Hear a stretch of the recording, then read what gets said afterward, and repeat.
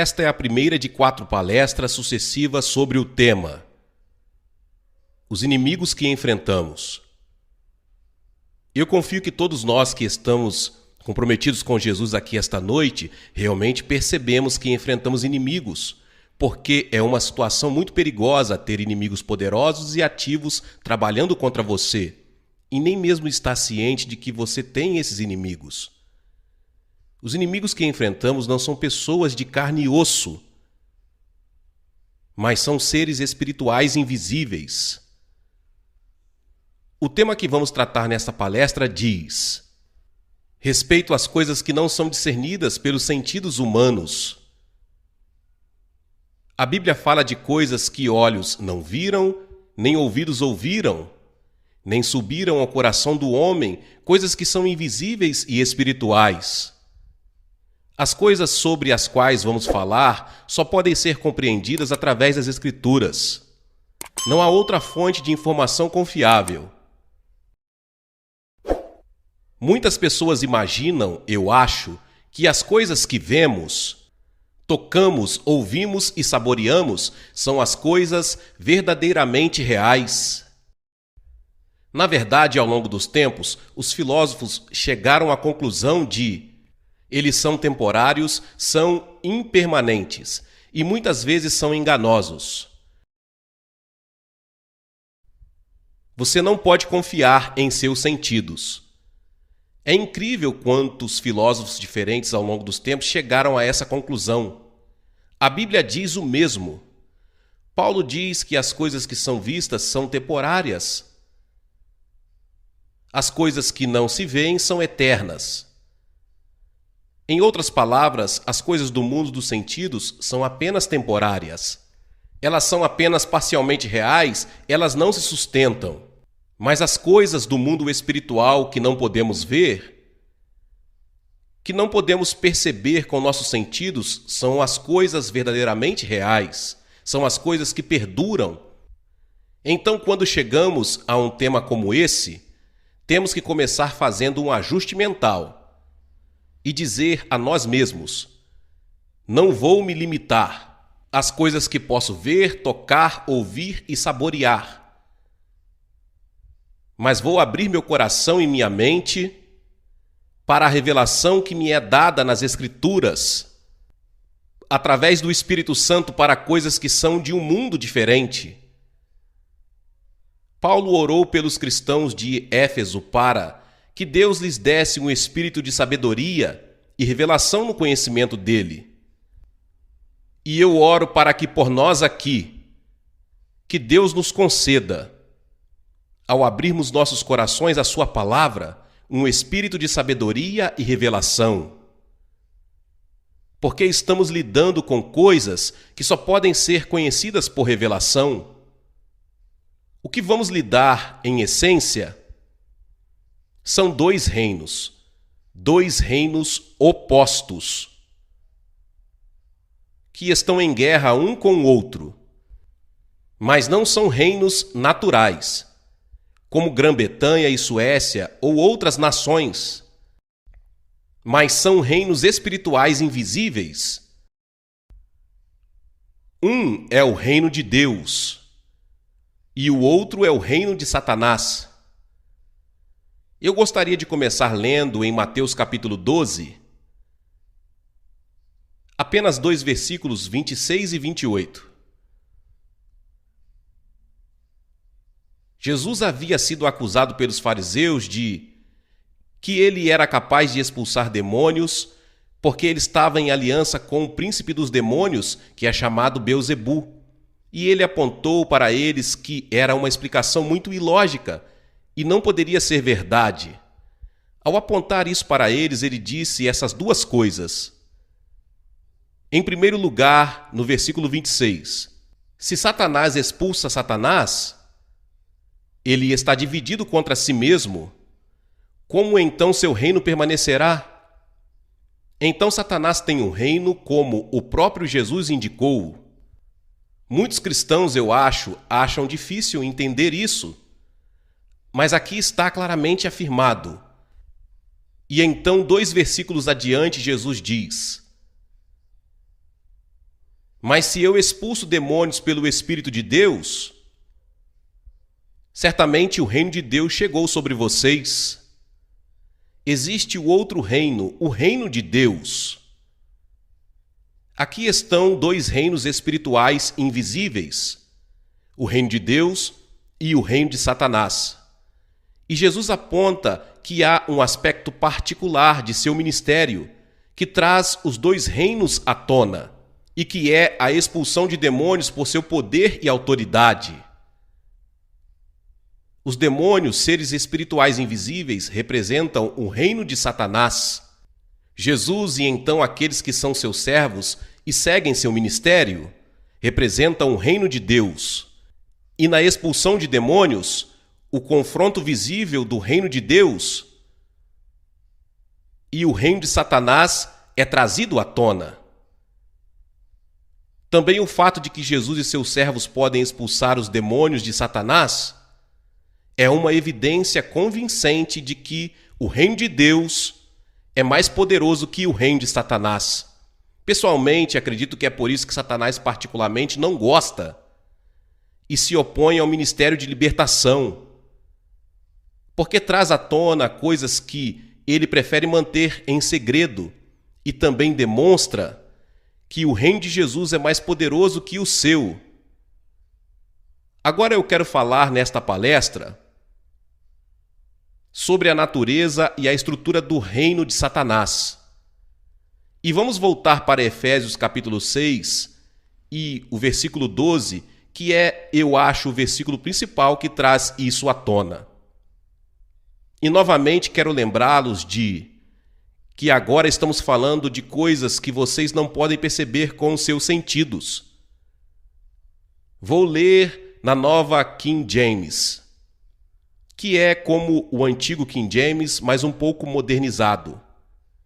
Efésios 6,12: Porque não temos de lutar contra a carne e o sangue, mas contra os principados, contra as potestades, contra os príncipes das trevas deste século, contra as hostes espirituais da maldade nas regiões celestiais. A palavra lugares está entre aspas, é colocado pelos tradutores.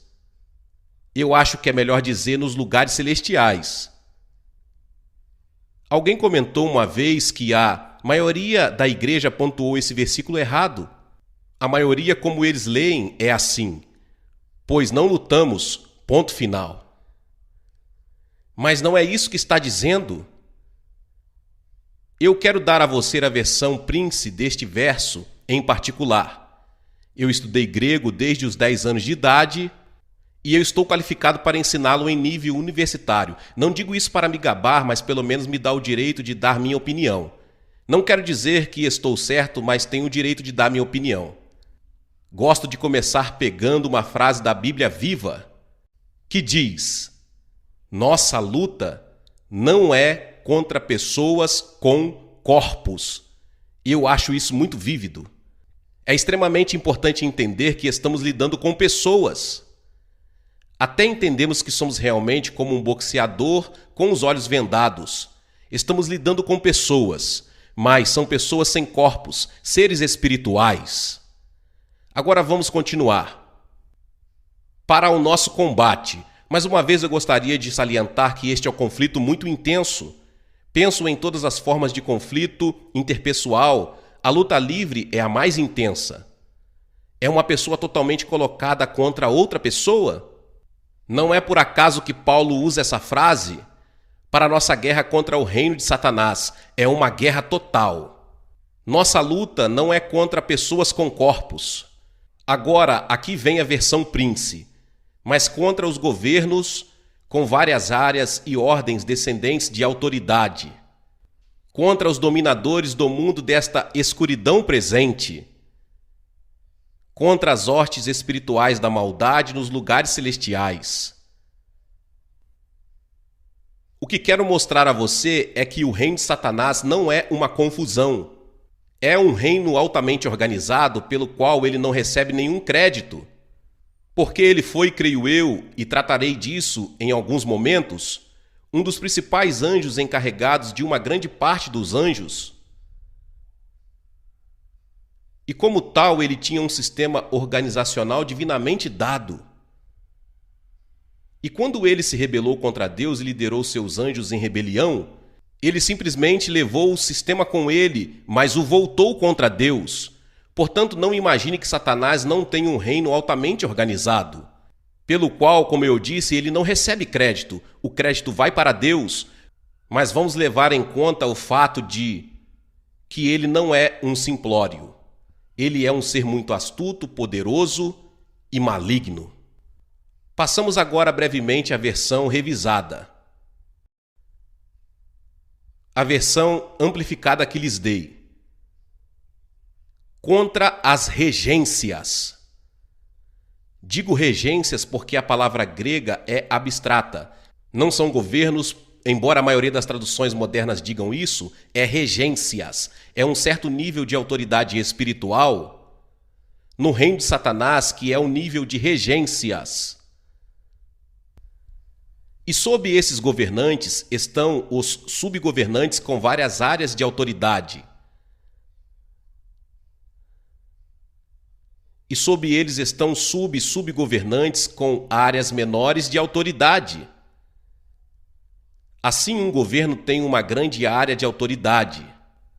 Sob ele estão os governantes menores, cada um dos quais tem uma pequena parte disso. Abaixo deles estão os governos menores que têm áreas menores de autoridade. Tudo bem, essa é a primeira foto, e daqui a pouco,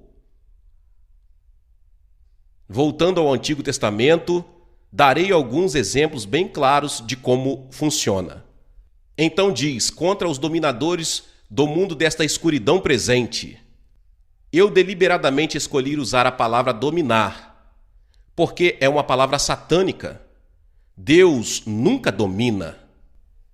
Onde você encontra a dominação, em algum lugar por trás dela está Satanás. E a ambição, desejo e estratégia de Satanás é chegar ao lugar onde ele domina este mundo inteiro. Mas ele vai dominá-lo com um sistema de escuridão. Veja, o reino de Deus é um reino de luz. O reino de Satanás é um reino de trevas. Aqueles que estão no reino de Deus sabem a quem estão servindo e veem muito claro o que estão fazendo. Aqueles que estão no reino de Satanás, a maioria deles nem sabem a quem estão servindo, nem sabem o que realmente estão fazendo. E então a terceira frase é: contra as hostes espirituais da maldade nas regiões celestiais.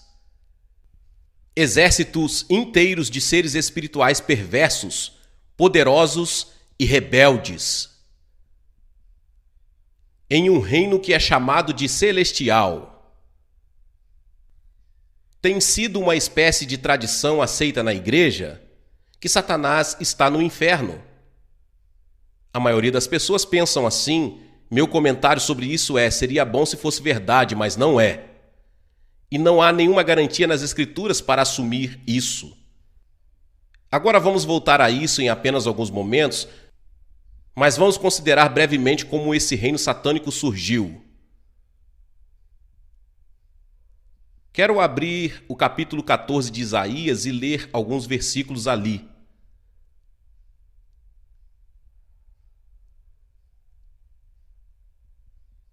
Esses versos tratam de um ser chamado Lúcifer. A palavra Lúcifer, de raiz latina, significa aquele que traz luz, um ser brilhante. O hebraico é Elei Tachahá, que é a estrela da manhã. De qualquer forma, qual seja a forma ou o nome que você use, significa uma pessoa muito brilhante e gloriosa. Agora a palavra arche, novamente, de uma raiz grega, não se preocupe com tudo isso, significa governar. Assim, um arcanjo é um anjo governante, um anjo que governa os outros. A mesma palavra ocorre em arcebispo. Um arcebispo é um bispo que governa outros bispos. E aqui temos, creio eu, uma foto de um dos principais arcanjos das hostes celestiais de Deus. Seu nome era Lúcifer, e ele foi chamado assim porque ele era tão glorioso e tão bonito. Mas ele cometeu um erro triste. Ele se rebelou contra seu Criador. e procurou se igualar a Deus. Muito interessante, temos uma comparação entre Lúcifer por um lado e Jesus por outro. Lúcifer era um ser criado não igual a Deus. Ele buscou a igualdade com Deus e caiu. A respeito de Jesus, diz em Filipenses capítulo 2, ele não pensou que a igualdade com Deus fosse algo a que se agarrar. Ele o tinha por direito divino, mas ele se humilhou e Deus o exaltou. Agora vamos olhar para esta pequena imagem aqui, começando no versículo 12. Como você caiu do céu, ó Lúcifer, filho da alva, estrela da manhã, como você é derrubado no chão, você que enfraqueceu as nações, agora temos a motivação da rebelião de Lúcifer. E nos versículos seguintes temos a frase, eu vou 5 vezes. É a vontade da criatura contra a vontade de Deus. A palavra chamada é rebelião. Pois você disse em seu coração, lembre-se de que Deus sabe o que dissemos em nossos corações. Você disse em seu coração que subirei ao céu, estou subindo. Eu exaltarei meu trono acima das estrelas de Deus. Eu também me assentarei no monte da congregação, nas extremidades do norte. Eu subirei, você percebe, a coisa toda está subindo. Acima das alturas, nas nuvens, eu serei como o Altíssimo. O Altíssimo é Deus Todo-Poderoso, e a palavra significa também serei igual a Deus. Assim, a ambição de Satanás era elevar-se a uma posição de igualdade com Deus. Ele estava motivado porque era tão sábio e tão bonito e tão glorioso que disse a si mesmo, eu poderia ser como Deus. Minha opinião pessoal, e esta é apenas uma opinião, é que ele motivou os anjos que estavam sob sua responsabilidade a se juntarem a ele na rebelião. Eu apenas imagino isso. Se você pode imaginar esse tipo de coisa acontecendo no céu, tudo isso começou no céu. Acredite ou não, mas começou. Posso imaginá-lo indo até os anjos que estão sob seu comando e dizendo, agora você realmente tem talento, você é extraordinariamente talentoso. Deus realmente não aprecia tudo o que você tem. Mas se eu tivesse no comando, veja, eu lhe daria a posição que você realmente merece. E aparentemente, novamente, isso não é necessariamente uma questão de inferência, eliminou a lealdade de 1/3 dos anjos a Deus e os atraiu com ele em sua rebelião e em sua queda. E assim Deus diz, você será lançado para os lados da cova. Vejamos também o que é dito em Ezequiel capítulo 28, onde obtemos outra imagem desse mesmo ser notável. Ezequiel capítulo 28 tem 2 seções. Cada um deles é uma lamentação ou um pronunciamento de aflição. A primeira é sobre o príncipe de Tiro, a segunda é sobre o rei de Tiro. Agora, se você estudar o capítulo em detalhes, o que não temos tempo de fazer, você descobrirá que o príncipe de Tiro era um ser humano. Afirma-se muito clara que era um homem, embora afirmasse ser Deus. Por outro lado, é muito óbvio, ao lermos a descrição do rei de Tiro, que ele não era um ser humano. E temos aqui um pequeno quadro interessante de como o reino de Satanás opera. Temos o governante humano, o príncipe de Tiro, mas atrás dele, no reino invisível, temos o governante satânico, o rei de Tiro. E em certo sentido, o governante humano não é muito mais do que uma marionete, que se move conforme as cordas do reino invisível ditam seus movimentos. Quando você começa a ver essas verdades, história e política assumem um significado muito importante. Eu acho que muitos dos chamados grandes homens da história eram simplesmente fantoches satânicos que foram movidos por cordas invisíveis do reino de Satanás para fazer as coisas que eles fizeram.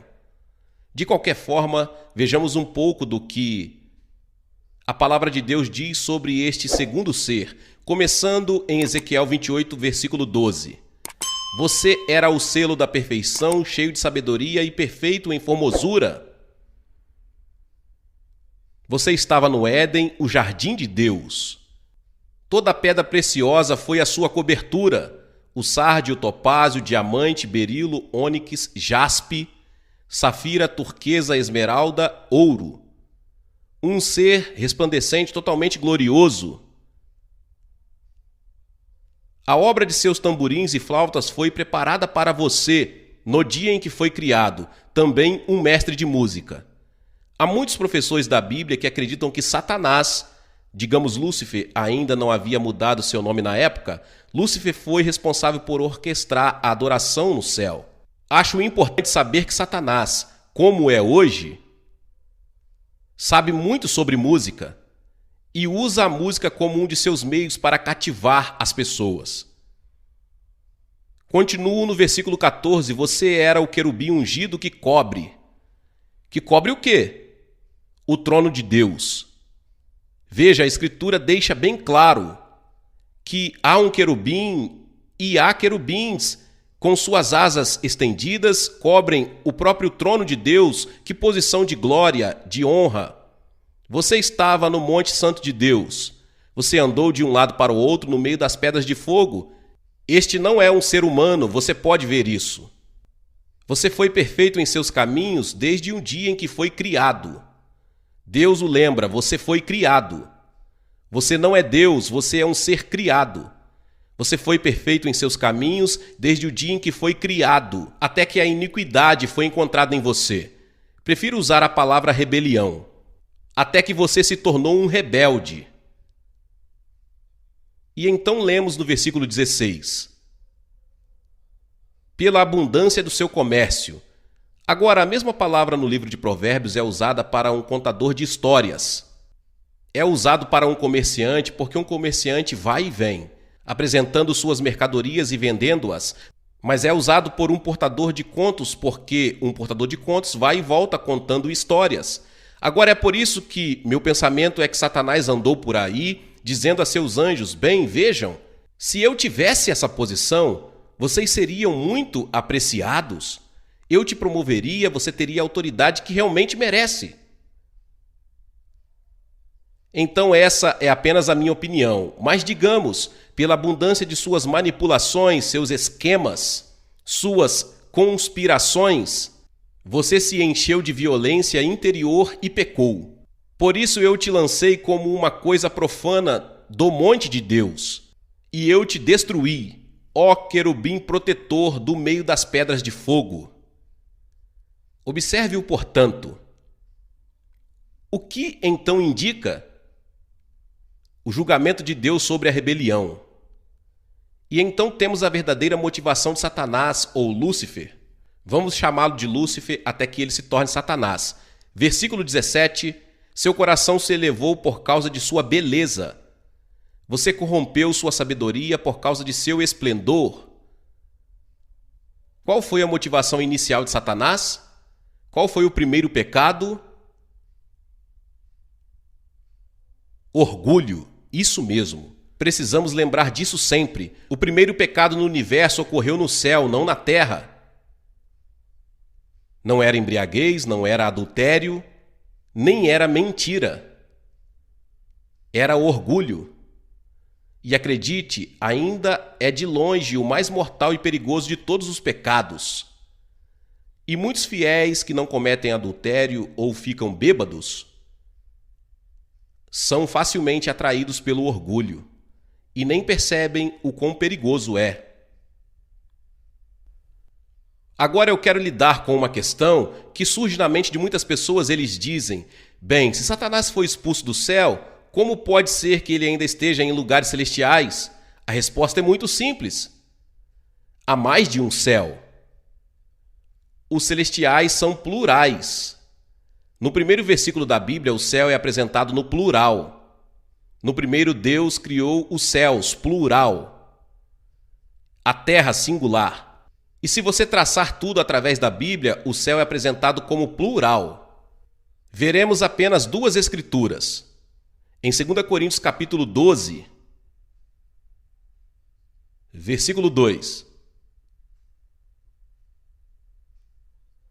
Paulo está falando sobre pessoas que tiveram experiências notáveis no reino sobrenatural. E ele diz: conheço um homem em Cristo que há 14 anos, se no corpo eu não sei, se fora do corpo eu não sei, Deus sabe. Tal pessoa foi arrebatada ao terceiro céu. Agora, antes de me tornar um pregador, eu era um lógico. Alguém uma vez me ouviu dizer que eu era um mago, mas não é bem assim. E a lógica ainda ficou comigo e minha mente lógica me diz: se há um terceiro céu, tem que haver um primeiro e um segundo. Você não pode ter o terceiro do nada sem os dois primeiros. Então, se há um terceiro céu, como Paulo indica, há pelo menos 3 céus. O céu é plural. Uma outra escritura só para confirmar isso, em Efésios capítulo 4, versículo 9 e 10, falando sobre o que aconteceu entre a morte de Jesus na cruz e sua ressurreição e ascensão. Diz: agora que ele ascendeu, o que significa que ele também desceu primeiro às partes mais baixas da terra, e isso está falando de Jesus. Aquele que desceu é aquele que subiu muito acima de todos os céus para encher todas as coisas. Você percebe a frase todos os céus? Novamente, não é correto usar a palavra tudo menos que 3 de qualquer coisa. Esse é o mínimo. Anos atrás, quando eu era diretor de uma faculdade de formação de professores africanos no Quênia, um de meus alunos veio até mim e disse: todos os meus pais vieram me ver. Então eu disse: eu entendo o que você quis dizer, mas você não pode dizer isso porque em inglês você não pode usar todos. Se houver apenas 2, tem que ser pelo menos 3. E assim, quando Paulo diz Jesus subiu muito acima de todos os céus, novamente o mínimo que se qualifica é 3. Pessoalmente, eu acho que é o total. Essa é a minha opinião pessoal. Você ouve as pessoas dizerem às vezes, não com tanta frequência hoje em dia, que eu estava no 7º céu. Eu sugeria que você provavelmente poderia não usar isso. Eu entendo que a frase vem do Alcorão, o livro islâmico, e eu não acho que haja qualquer autoridade bíblica para mais de 3 céus. E então, se você está se sentindo muito feliz, não há problema em dizer: eu estava na nuvem 9. Porque a Bíblia indica que há muitas nuvens. Agora vou te dar uma opinião. Isso é simplesmente algo que me parece provável. Você não precisa acreditar. Você pode ir para o céu sem concordar comigo.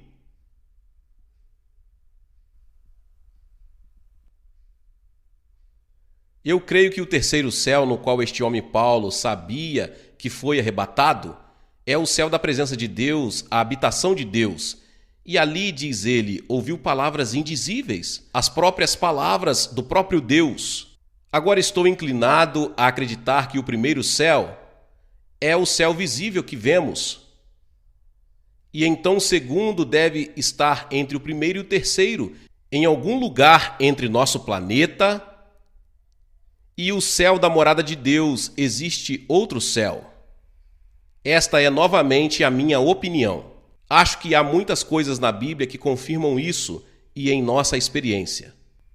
Portanto, entre nós e Deus, há um reino satânico. Acho que isso tem muito a ver com coisas que acontecem em nossas vidas. Tenho certeza que você já ouviu a frase orando. Orando através de quê? Eu usei quando busquei ao Senhor pela primeira vez. Como uma pessoa que o não conheceu, tentei orar por 1 hora e não consegui pronunciar uma palavra.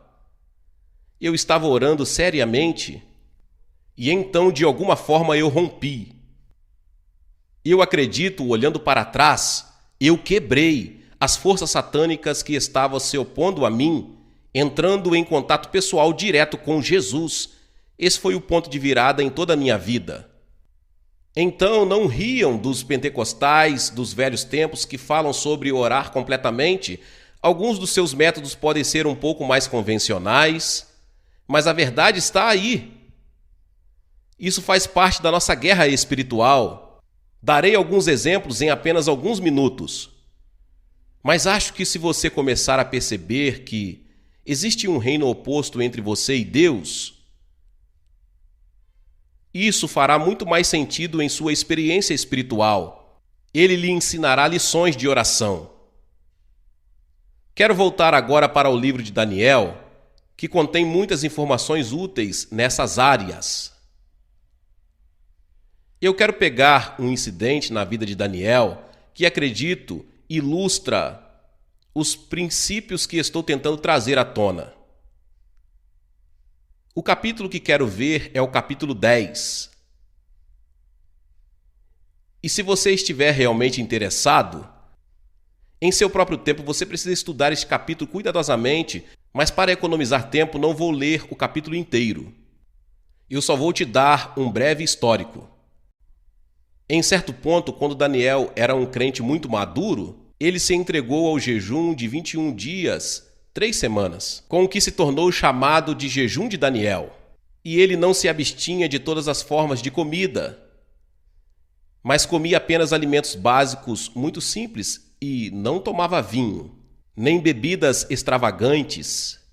Como diz na Bíblia Viva, claro que não há sobremesas. Ele estava buscando seriamente a Deus para uma compreensão do futuro destino de seu povo, o povo judeu. E por 3 semanas ele orou e nada aconteceu. Veja esta ilustração do que eu estou falando. E então um ser celestial maravilhoso, poderoso, veio com a resposta à sua oração. Tão poderosa era a presença desse ser que as outras pessoas com Daniel simplesmente fugiram aterrorizadas, e Daniel foi deixado absolutamente desprovido de força física. Exatamente como João mais tarde, quando viu Jesus depois da ressurreição e ascensão e caiu aos seus pés como um morto. Mas este anjo veio com a resposta à oração de Daniel. Ele havia sido enviado por Deus. O ponto que quero enfatizar é: no primeiro dia em que Daniel começou a orar, o anjo foi enviado. Mas ele não chegou até 3 semanas depois, porque no caminho do trono de Deus, para a presença de Daniel na terra, ele encontrou oposição satânica. A oposição que ele encontrou não era de seres humanos. Nenhum ser humano pode resistir a um anjo assim. Não estava na terra, não estava no céu de Deus, mas estava em alguma área entre o céu de Deus e a terra. E eu creio a área do reino de Satanás. Em outras palavras, o anjo teve que romper o reino de Satanás para chegar com a mensagem que Deus o havia enviado. E é isso que ele diz. E ele vai falar sobre certos seres, um chamado príncipe da Pérsia, outros chamados reis da Pérsia, e mais tarde o príncipe da Grécia. E ao olhar para este, você verá que nenhum deles era um ser humano. São todos seres angélicos, anjos satânicos, que fizeram o possível para se opor à vinda do anjo a Daniel. Deixe-me apontar algo que eu acho emocionante. A oração de Daniel colocou todo o céu em movimento. Isso colocou o anjo de Deus em seu caminho e instigou os anjos de Satanás a se oporem. E Daniel teve de orar até o fim. Ele teve que esperar por 21 dias antes de obter a resposta. Então, queridos irmãos e irmãs, às vezes quando você está orando e não obtém resposta, não é porque você está orando pela coisa errada. Na verdade, é porque você está orando pela coisa certa. Mas há oposição. E uma das coisas que procuraremos nestas palestras é como superar a oposição, como orar, como romper, como obter a vitória sobre essas forças. De qualquer forma, vejamos o que o anjo disse a Daniel. Nos versículos 12 e 13. Isso é Daniel 10, versículos 12 e 13. Então ele, o anjo, me disse: Não temas, Daniel, porque desde o primeiro dia que você definiu seu coração para compreender e humilhar-se perante Deus, como ele se humilhou? Pelo jejum, tenham isso em mente. O jejum é uma maneira designada para nos humilharmos diante de Deus. Desde o primeiro dia em que você colocou seu coração para entender e se humilhar diante de Deus, suas palavras foram ouvidas. E eu vim por causa de suas palavras. Em outras palavras, Deus me enviou no primeiro dia em que você começou a orar. Porque ele não chegou. Não porque a jornada do trono de Deus para a terra leva 21 dias para o anjo. Essa não é a razão.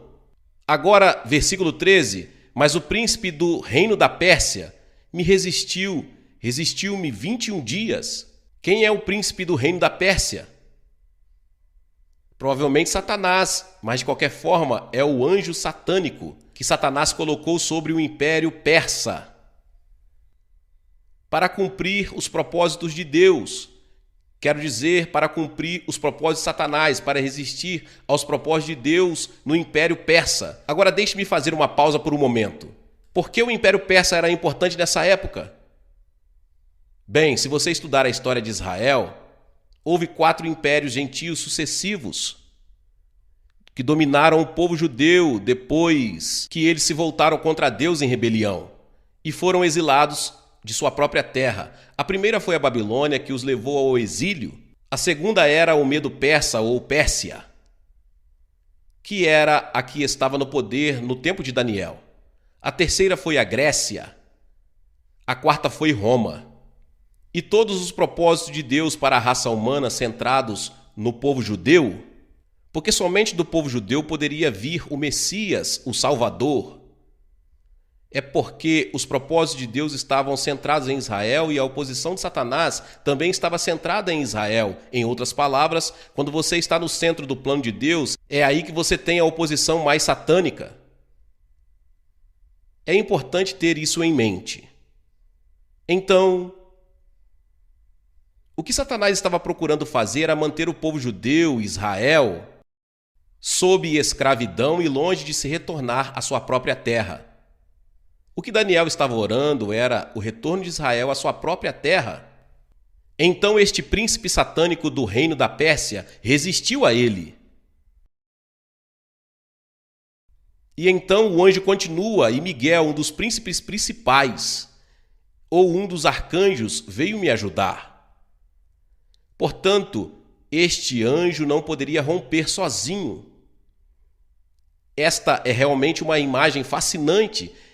E por que Miguel veio? Qual o trabalho particular de Miguel entre os arcanjos?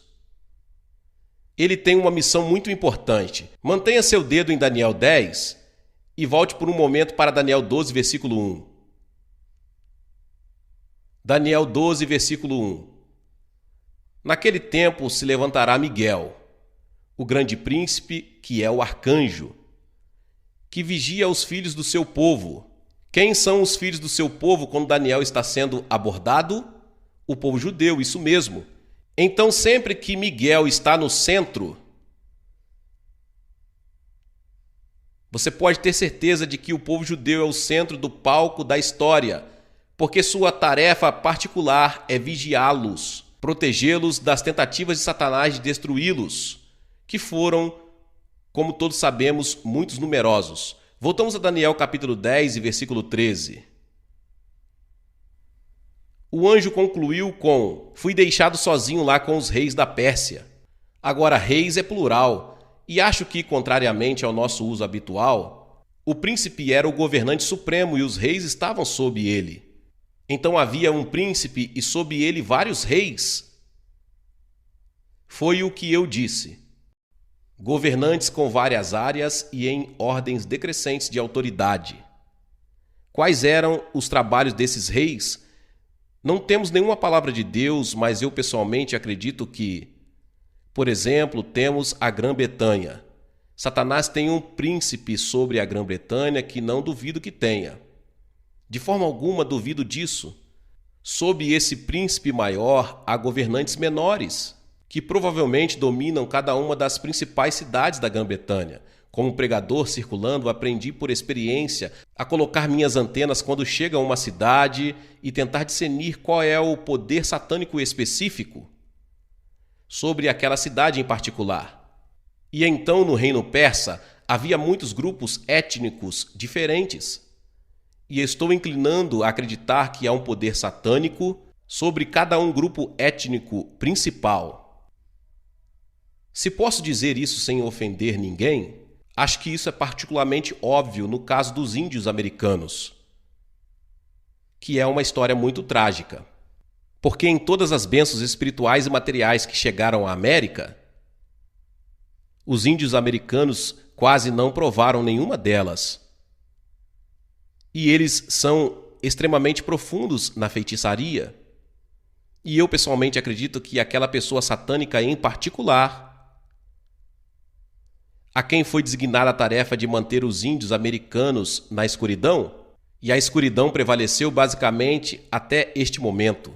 Poderíamos passar por muitos outros grupos étnicos, mas o tempo não nos permite. Então, é claro, também havia no Império Persa muitas religiões diferentes. E eu estou inclinado a acreditar que cada grupo religioso, ou culto ou seita, tinha um governante particular sobre ele. Então aqui está o anjo de Deus, sendo resistido por todo um grupo de anjos satânicos que se opunham à sua vinda a Daniel. No entanto, quando Miguel chegou, ele rompeu, entregou sua mensagem, mas ele disse a Daniel: eu quero dizer a você o que vai acontecer quando eu voltar. Então vamos agora para o versículo 20 de Daniel capítulo 10. Então o anjo disse: você sabe por que eu vim até você? Agora devo voltar para lutar com o príncipe da Pérsia. Em outras palavras, a batalha com o príncipe da Pérsia não terminou. O que aconteceria com o Império Persa quando o príncipe da Pérsia fosse destruído? Com toda a probabilidade entraria em colapso, o que aconteceu um pouco mais tarde. Mas não foi o último império. E assim ele diz: e quando eu sair, certamente virá o príncipe da Grécia, o governante satânico sobre o próximo grande império. Sob Alexandre o Grande, o Império Grego esmagou e derrotou totalmente o Império Persa e assumiu o domínio sobre uma tremenda área da superfície da Terra. E Alexandre, em 10 anos, conquistou desde a Grécia no Ocidente até a Índia no Oriente, incluindo também a área da costa sul do Mediterrâneo, um dos feitos mais tremendos da conquista militar. Mas havia outra pessoa, havia um príncipe atrás dele. Eu estou realmente inclinado a acreditar que a maioria dos principais eventos da história humana só pode ser totalmente explicado nesses termos. E então ele diz, o anjo no versículo 21, mas eu te direi o que está registrado na Escritura da verdade. Em outras palavras, eu realmente vim para lhe dizer o que a palavra de Deus diz, e você descobrirá que os próximos capítulos contêm isso. E ele diz, ninguém me defende contra estes, exceto Miguel, seu príncipe. Então ele continua no primeiro versículo do próximo capítulo, que também faz parte da mesma palavra. Também no primeiro ano de Dário, o Medo, e eu também me levantei para confirmá-lo e fortalecê-lo. Agora, Dário foi o primeiro governante medo-persa, que esmagou o Império Babilônico e se mudou e tomou seu lugar. Agora Dário e Ciro, depois dele, abriram o caminho para o povo judeu, começaram a retornar à sua própria terra e então, em certo sentido, a derrota da Babilônia por Dário foi uma grande vitória espiritual nos propósitos de Deus, e este anjo diz, fui eu quem fortaleceu Dário. Mais uma vez, vemos que os governantes e comandantes humanos não operam sozinhos no vácuo. Atrás deles estão forças angelicais invisíveis, divinas e satânicas. Os anjos de Deus fortalecem os governantes e homens que levarão adiante os propósitos de Deus na terra. Os anjos de Satanás resistirão a esses homens. Essa é uma das principais razões pelas quais os cristãos deveriam orar pelos governantes de suas nações. Se for possível, eles deveriam inibir a atividade de anjos satânicos e liberar a atividade dos anjos de Deus. Mas lembre-se, nesta situação particular, nada aconteceu até que Daniel orou. Não conheço nada que nos desafie mais a oração do que esta revelação. E parece-me, embora possa parecer estranho, que a oração de Daniel foi uma das forças que permitiu ao anjo de Deus avançar. Então, irmãos e irmãs, talvez vocês estejam subestimando a possibilidade do que suas orações podem fazer. Agora, então Satanás, deixando de ser Lúcifer, tendo estabelecido seu reino rebelde rival nos lugares celestiais, governa ali sobre uma hoste de anjos rebeldes. A palavra-chave para descrever Satanás e aqueles que estão com ele é a palavra rebelde. Rebelião contra Deus. Agora, Satanás também tem um estrato inferior, digamos, de seu reino na terra. E novamente a palavra-chave que descreve aquele sobre quem ele governa na terra é a palavra rebelde. Isso fica claro em Efésios capítulo 2. Não estamos falando agora sobre o reino de Satanás nos lugares celestiais, mas sobre aquele sobre quem ele governa na terra. Efésios capítulo 2, estas são palavras dirigidas aos cristãos. E a vós, Deus os vivificou, vós que estáveis mortos em ofensas e pecados.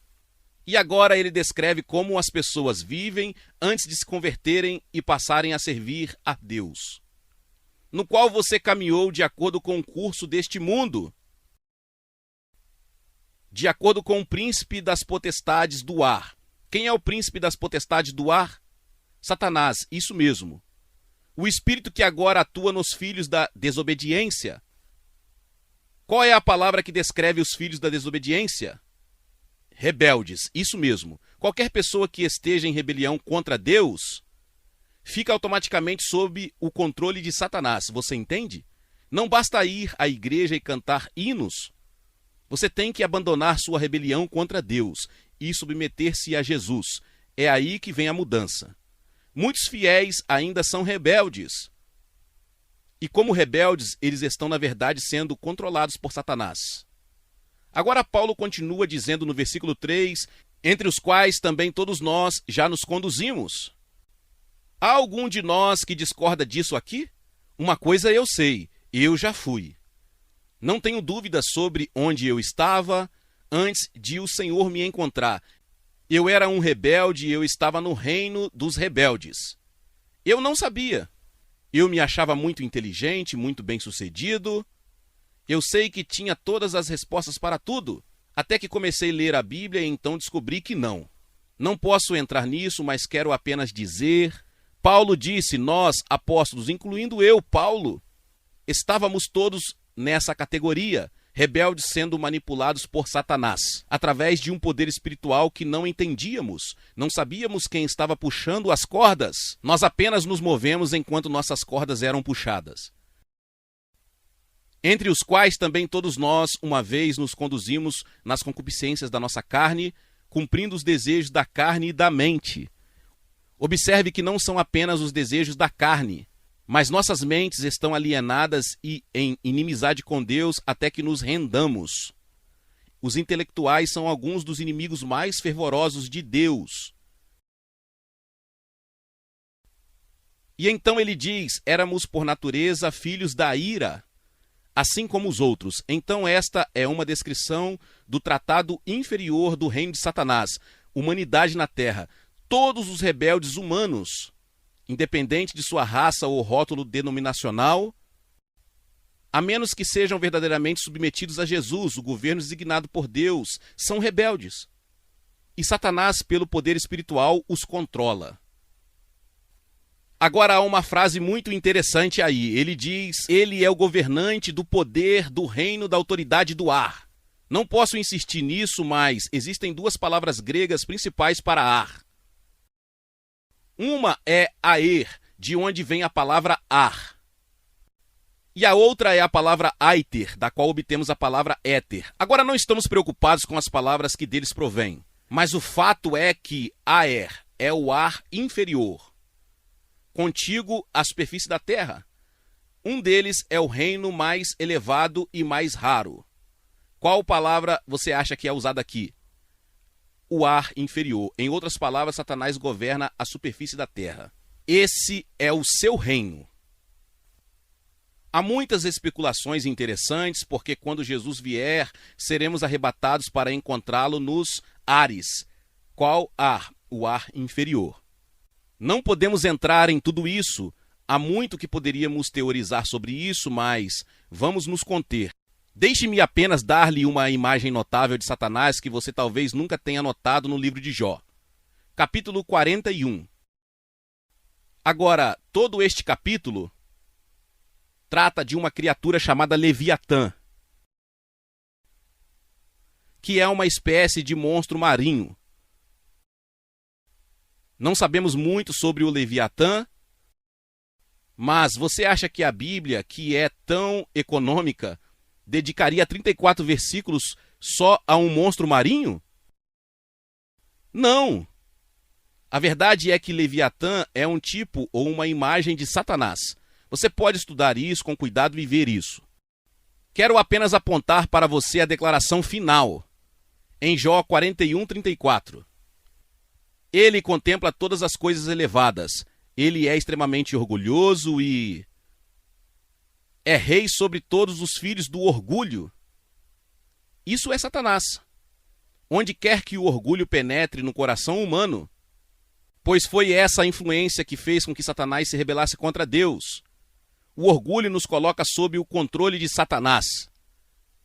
Não importa se somos pentecostais, batistas, católicos, essa não é a questão. A questão é qual é a atitude do nosso coração para com Deus. E a menos que tenhamos um coração verdadeiramente submisso e rendido a Deus através de Jesus Cristo, podemos usar todo tipo de linguagem religiosa agradável e reivindicar todo tipo de títulos, mas o fato é que estamos sob a lei do rei Leviatã, pois ele é rei sobre todos os filhos do orgulho. Quantos sermões você ouve contra o orgulho? Você não precisa responder a isso. Basicamente, acho que a igreja hoje está se concentrando nos menores. Eu sei que quando eu era pastor, anos atrás, eu era contra o fumo das pessoas. Foi terrível. O problema era que naquela época não teríamos pessoas em nossa congregação que fumassem. Mas não dissemos nada sobre pessoas que brigavam com suas esposas. E me senti muito hipócrita quando disse a um jovem que ele não poderia ser membro porque fumava. E eu sabia que havia pessoas na congregação que estavam muito erradas em suas atitudes e relacionamentos com suas esposas e com seus maridos. Veja, coisas como fumar, beber e embriaguez são apenas pequenos galhos da árvore. Mas você sabe qual é a raiz? Rebelião. E o Evangelho de Mateus, ao apresentar o Evangelho, faz com que João Batista diga: agora também o machado está posto contra quê? A raiz da árvore, isso mesmo. E é isso que deveríamos almejar. Tudo bem, agora quero dar-lhe apenas um pequeno resumo final das ambições de Satanás, dos seus propósitos. Ele tem propósitos muito definidos. Ele tem duas principais ambições: dominar toda a raça humana. Você lembra de uma das frases usadas em Efésios 6,12, os dominadores mundiais desta escuridão atual? E seu segundo propósito é receber adoração. Precisamos entender isso. Veja, ele reivindicou igualdade com Deus, mas foi desqualificado. Mas ele não desistiu da reivindicação. E há uma maneira pela qual ele ainda pode fazer valer a afirmação. E o que é? Receber adoração. Porque a adoração é devida somente a Deus. Portanto, sempre que Satanás recebe adoração, ele está dizendo: aí está você, você vê, eu ainda sou Deus. E quando você realmente analisa qualquer coisa que Satanás faz, seu propósito final é receber a adoração de toda a raça humana. E na minha opinião, de uma perspectiva profética, ele está muito próximo de alcançar a sua ambição. Satanás e seus anjos nos lugares celestiais eram, creio eu, os deuses do paganismo. Todos os deuses reconhecidos e adorados por todas as sociedades e raças pagãs são apenas formas diferentes de descrever Satanás e seus anjos. Zeus, Hermes, Poseidon, todos os deuses gregos sobre os quais eu conhecia tanto e com os quais eu não me importo mais, são apenas rótulos diferentes para anjos satânicos. E quando você olha através de todas as culturas da raça humana, você vê títulos diferentes, mas os mesmos seres. E quando eles adoram, o que eles estão adorando? Satanás e seus anjos. E há uma maneira particular pelo qual o homem caído se relaciona com um reino satânico. A palavra genérica é bruxaria, que prevalece em todas as sociedades pagãs sob diferentes formas. Dificilmente você pode ir a qualquer seção importante da raça humana que ainda não tenha algum tipo de origem pagã sem encontrar uma pessoa que é chamada de feiticeiro. Você encontrará um nome diferente em idiomas diferentes, mas na mesma pessoa. O feiticeiro, em certo sentido, é o sacerdote de Satanás. E é ele quem permite que as pessoas entrem em contato com o reino de Satanás. Por que eles querem isso? Duas razões principais. Em primeiro lugar, eles têm um medo terrível do desastre que Satanás traria sobre eles, e a maior parte de seus sacrifícios e ritos são para propiciar esses seres tão cruéis e temperamentais. E em segundo lugar, eles querem poder. E a bruxaria é o meio para chegar ao poder. Digo às pessoas em campos missionários estrangeiros, nunca vão à África ou à Índia, e digam às pessoas que Satanás não é real. Todos eles sabem que ele é. Os demônios são reais, eles os conhecem bem. O que você tem que dizer a eles é que os demônios são reais, mas Jesus é real e ele derrotou os demônios. E ele nos dá poder para derrotá-los. Assim, em última análise, a bruxaria como prática religiosa é uma expressão da rebelião do homem contra Deus. A feitiçaria é a religião natural do homem caído e permeia toda a raça humana. Não é algo muito estranho ou incomum.